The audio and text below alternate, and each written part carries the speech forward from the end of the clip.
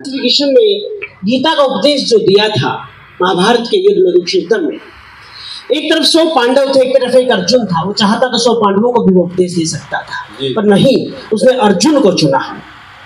इससे मतलब इससे कोई फर्क नहीं पड़ता कि श्रोताओं की संख्या कितनी है, अगर सामने अर्जुन बैठा है तो कोई फर्क नहीं पड़ता साहब।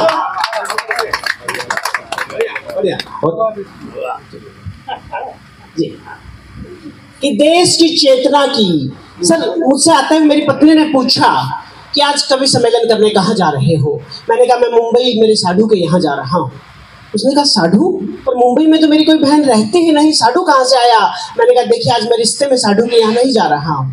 जिस प्रकार हम कवि लोग अपनी कलम से, अपनी कविताओं से लोगों में चेतना पैदा करते हैं, जागृति पैदा करते हैं, वही काम पत्रकार लोग अपनी कलम से, अपने अखबार से करते हैं। इसलिए हम काम के मामले में साधु हो जाते हैं। कि देश की चेतना की 4 पंक्तियां पत्रकार मित्रों के समर्थन में, कि देश की चेतना की हम पत्रकार ही तो धुरी हैं। देश की चेतना की। और अगली पंक्ति जो मैं पढ़ने जा रहा हूँ, मंत्री साहब अभी गए हैं। देखिए, राजनीति आती रहेगी जाती रहेगी, लेकिन जो अगली पंक्ति मैं पढ़ने जा रहा हूँ वो आपके अगर खुददारी और स्वाभिमान कहीं एक साथ जागृत हो जाए तो मुझे सूचित करना कि देश की चेतना की हम पत्रकार ही तो धुरी हैं। कितना भी बहुमत हो, बिन हमारे सरकारें अधूरी है।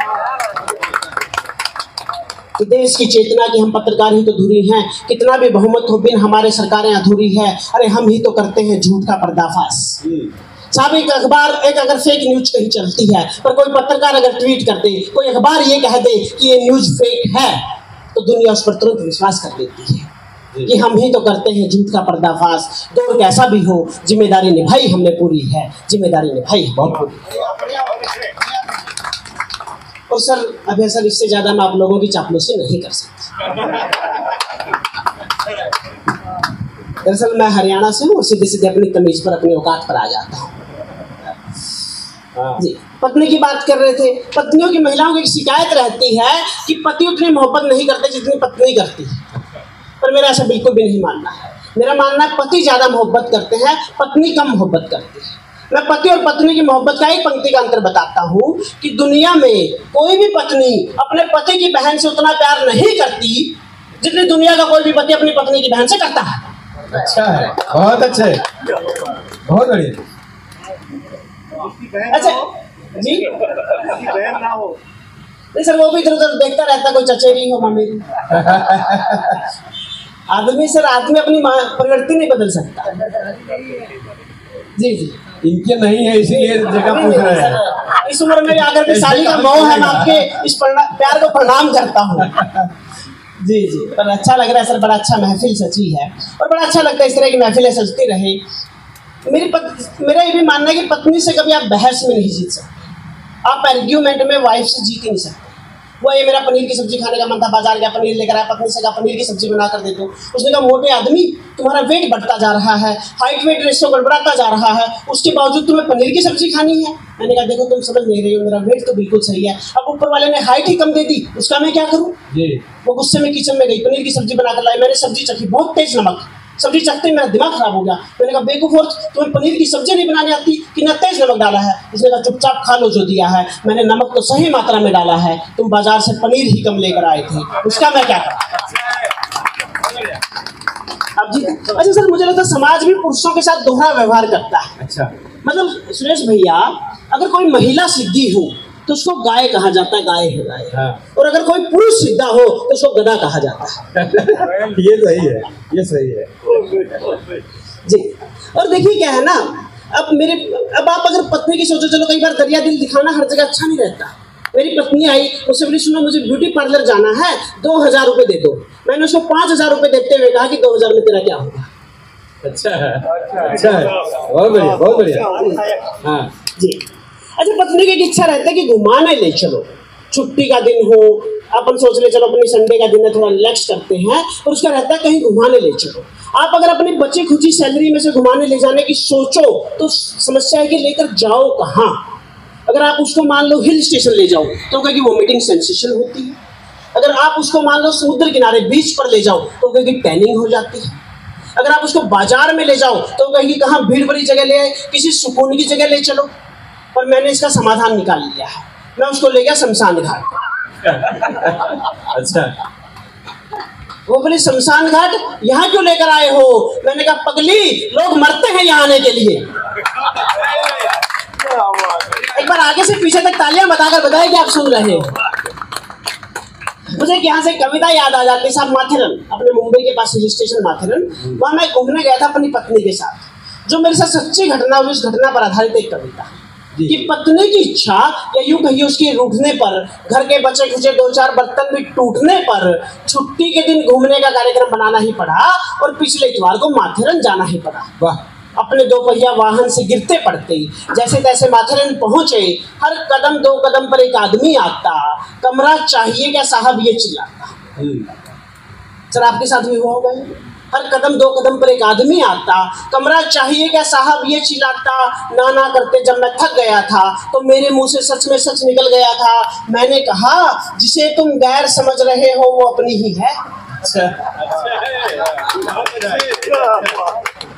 मैंने कहा जिसे तुम गैर समझ रहे हो वो अपनी ही है और मुझे कमरा नहीं चाहिए क्योंकि साथ वाली मेरी पत्नी ही है। अच्छा है, बहुत बढ़िया। खबर जंगल में लगी आग की तरह फैल गई। फिर किसी की कमरा तक पूछने की हिम्मत नहीं हुई क्योंकि सभी जानते हैं शादीशुदा आदमी घर में ही कहाँ पत्नी से प्यार करता है, फिर बाहर पैसे खर्च करके करेगा।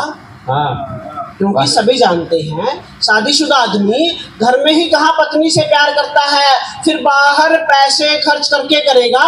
ऐसा बेवकूफ पति किसको कहाँ कौन मिलेगा?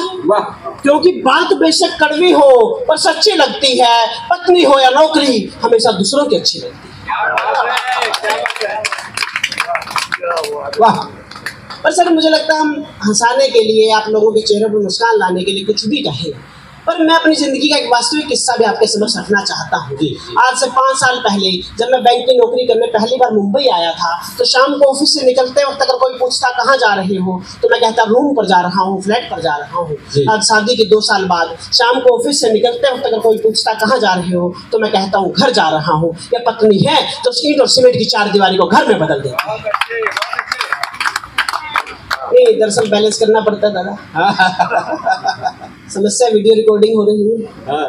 कल को ये वीडियो रिकॉर्डिंग कहीं सोशल मीडिया पर जा सकती है, यूट्यूब पर जा सकती है।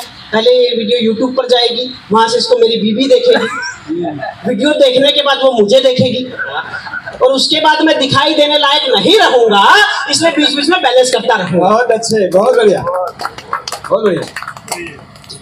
अच्छा, एक और समस्या है। सुरेश भैया मेरे से कहते हैं संजय अपने धर्मशास्त्रों में लिखा हुआ है कि शिव जी की तीसरी आंख खुली और कामदेव जलकर भस्म हो गए। तीसरी आंख तो बायोलॉजिकली संभव ही नहीं है। किसी आदमी की, किसी देवता की तीसरी आंख कैसे हो सकती है? मैंने कहा बायोलॉजिकली छोड़ो, मैं तुम्हें प्रैक्टिकली बताता हूँ कि तीसरी आंख कैसे हो सकती है।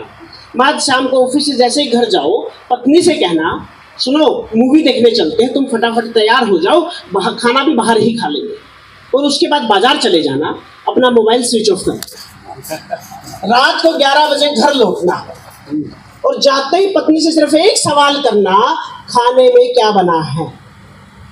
उसके बाद पत्नी आपको जिन आंखों से देखती है, शास्त्रों में उसको ही शिव जी की तीसरी आंख कहा गया है। बहुत बढ़िया। आप लोगों ने तीसरी आंख का अनुभव कई बार किया है।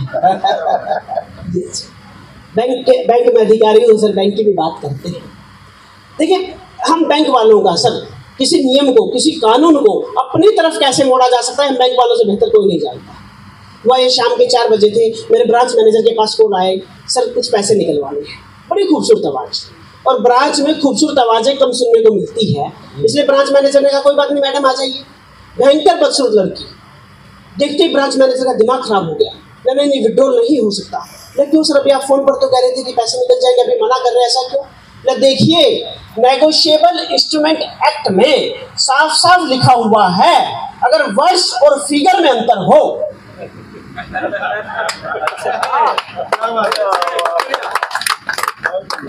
पेमेंट नहीं हो सकता। अच्छा, हरियाणा से हो सर, थोड़ी हरियाणा की भी बातें करते हैं। सर, हरियाणा के आदमी पर एक आरोप लगता है कि वो उल्टे जवाब देता है, और मेरा सर बिल्कुल भी नहीं मानना है। हरियाणा का आदमी उल्टे जवाब नहीं देता, वो प्रैक्टिकल जवाब देता है, व्यवहारिक जवाब देता है। किसी परिस्थिति में जो जवाब सबसे ज्यादा फिट वो देता है। हुआ ये, हरियाणा की लड़की मुंबई आई, बेस्ट की बस में बैठी, बगल में एक लड़का आकर बैठा, लड़की ने देखा लड़की अकेली है तो छेड़ने के उद्देश्य से पूछ लिया, मैडम टाइम क्या हुआ है? तो लड़के ने देखा लड़का फ्लड के चक्कर में इग्नोर किया। लड़के ने फिर पूछा, लड़की ने फिर इग्नोर किया। लड़के ने जब चौथी बार पूछा तो जो उत्तर दिया वो हरियाणा की लड़की ही दे सकती थी। जैसे ही लड़के ने कहा मैडम टाइम क्या हुआ है, लड़की ने कहा 4 जूते पड़ने में 2 मिनट बाकी है। ये उत्तर हम ही दे सकते हैं। अच्छा सुरेश भाई, आपसे एक शिकायत है। आपने मेरा अधूरा परिचय दिया। अच्छा। मेरा ये परिचय तो ठीक है, मैं हरियाणा से हूँ, पर ये मेरा अधूरा परिचय है। दरअसल मेरा पूरा परिचय ये है, मैं हरियाणा से तो हूँ, पर मैं हरियाणा में उसी सिरसा से हूँ जहाँ से परम पूजनीय संत गुरमीत राम रहीम थे। इससे आप मेरे चरित्र की ऊंचाई का अंदाजा लगा सकते हैं। बिल्कुल। अच्छा, उस समय अखबार में पत्रकारों ने, सबने, मीडिया में सब जगह दिखाया गुरमीत राम रहीम ऐसा था वैसा था, अपने झूठे डेरे में ये करता था वो करता था, परंतु किसी भी अखबार ने, किसी भी न्यूज चैनल ने आपको ये नहीं बताया गुरमीत राम रहीम बाबा बनने से पहले काम क्या करता था। अच्छा। सर आप पत्रकार हैं, कहीं से आपको पता नहीं चला कि गुरमीत राम रहीम बाबा बनने से पहले काम क्या करता था? मैं सिरसा में रहा हूँ, मुझे पता है, आपको बताता हूँ। गुरमीत राम रहीम बाबा बनने से पहले हास्य कवि था। अच्छा। वो एक जगह अपनी कविताएं सुनाने गया, परफॉर्म करने गया, वहाँ दर्शकों ने तालियां कम बजाई। अच्छा। इसलिए वो दुखी होकर बाबा बन गया।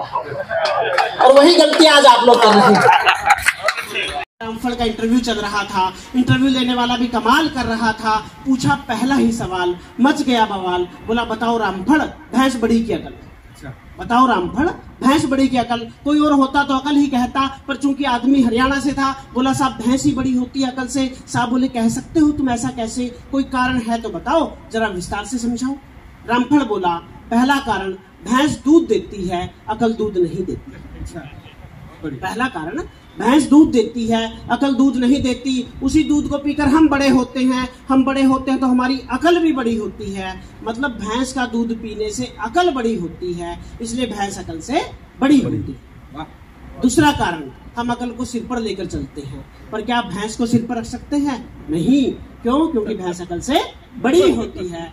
तीसरा और अंतिम कारण, कुछ अकल तो भैंस में अपनी भी होती है।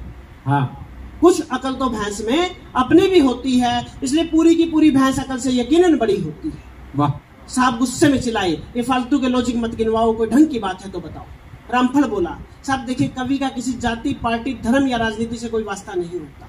हम तो जो देखते हैं वही लिखते हैं। और मैं वैसे भी हरियाणा से हूँ साहब, मैं तो राजनीति पर बोलने लायक रहा भी नहीं, क्योंकि हरियाणा ने हिंदुस्तान की राजनीति को सिर्फ एक प्रोडक्ट दिया, परम पूजनीय आदरणीय केजरीवाल जी। अच्छा। उसके बाद हमने हरियाणा वालों ने राजनीति में बोलना ही बंद कर दिया। पर उसका जो इस्तेमाल हम लोगों ने किया, उससे बेहतर उसका इस्तेमाल भी नहीं हो सकता था जी। हुआ ये, मैं मार्च में होली पर अपने घर गया हुआ था, होम टाउन में, वहां गुलाल बिक रहा था, केजरीवाल गुलाल, 5 ग्राम 5,000 रुपए का।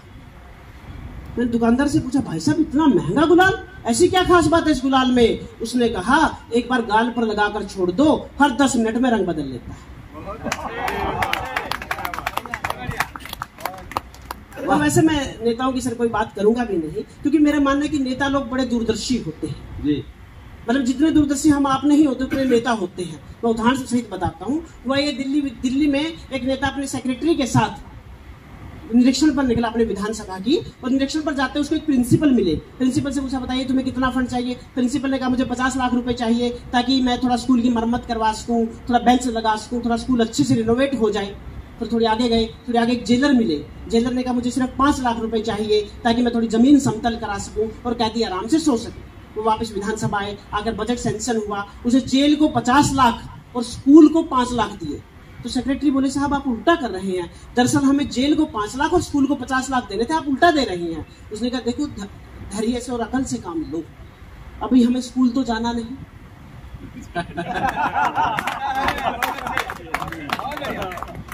बहुत बढ़िया। और जेल कभी भी जाना पड़ सकता है।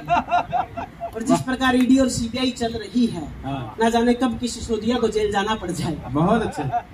तो इसलिए नेताओं की सर मैं कोई बात नहीं करूंगा। और मोदी जी की अगर बात करें, मोदी जी जैसा दूरदर्शी नेता हिंदुस्तान की राजनीति में पैदा ही नहीं हुआ। अच्छा। मैं आपको उदाहरण से बताता हूँ। हुआ ये, मुंबई से गुजरात जो बुलेट ट्रेन प्रोजेक्ट चल रहा है अहमदाबाद के लिए, उसके लिए हमने अरबों डॉलर का कर्ज लिया जापान से। और जापान हमारे प्रधानमंत्री ने उस कर्ज के बदले, अरबों डॉलर के कर्ज के बदले जापान के प्रधानमंत्री को भेंट की भगवत गीता। आपने टीवी पर देखा होगा, उसमें भगवत गीता भेंट की सर जी। अब 50-60 साल बाद जब जापान के प्रधानमंत्री हिंदुस्तान के कर्ज की फाइल पलटेंगे, उसमें उनको क्या मिलेगा? भगवत गीता। और भगवत गीता का जैसे ही पहला पन्ना खोलेंगे, उस पर लिखा हुआ है क्या लेकर आए थे, क्या लेकर जाना है। रामफल बोला, जिस देश में सेना के ऑपरेशन को लेकर भी की जाती है राजनीति जी, जिस देश में सेना के ऑपरेशन को लेकर, देखिए सर, आप किसी पर सवाल उठाइए, सरकार पर उठाइए, संस्थाओं पर उठाइए, व्यवस्थाओं पर उठाइए, पर आप सेना के शौर्य पर सवाल नहीं उठा सकते जी। मैं भी काम करता हूं, आप लोग भी काम करते हैं, सैनिक भी काम करता है, पर सैनिक के काम करने और हमारे काम करने में एक मात्रा भर का अंतर है जी, कि हम वेतन के लिए काम करते हैं और सैनिक वतन के लिए काम करता है। क्या बात है, बहुत अच्छे, बहुत बढ़िया। तब पंक्तियां पढ़ता हूं कि रामफल बोला, जिस देश में सेना के ऑपरेशन को लेकर भी की जाती हो राजनीति, जहां आरोपी का समर्थन होगा या विरोध ये तय करती हो उसकी जाति, जहां नेता सत्ता सुख के लिए पल भर में पार्टी बदल लेते हैं, जहां नेता सत्ता सुख के लिए पल भर में पार्टी बदल लेते हैं, सवाल किससे पूछिएगा साहब, सवाल पूछने वाले को देशद्रोही घोषित कर देते हैं। और जिस देश में, साहब मेरी सबसे बड़ी पीड़ा है, मुझे लगता है हम हर समस्या से लड़ सकते हैं, बेरोजगारी, महंगाई, आतंकवाद, पर एक समस्या जो मुझे खाई जाती है और जिसका मुझे हल नहीं दिखता, वो समस्या आपके सामने रखता हूँ कि जहां नेता सत्ता सुख के लिए पल भर में पार्टी बदल देते हैं, सवाल किससे पूछेगा साहब, सवाल पूछने वाले को देशद्रोही घोषित कर देते हैं। जिस देश में शेल्टर होम तक से बच्चियों के चीखों की आवाज सुनाई देती है, उस देश में यकीनन भैंस अकल से बड़ी दिखाई देती है। बहुत अच्छे। उस देश में यकीनन भैंस अकल से बड़ी दिखाई देती है।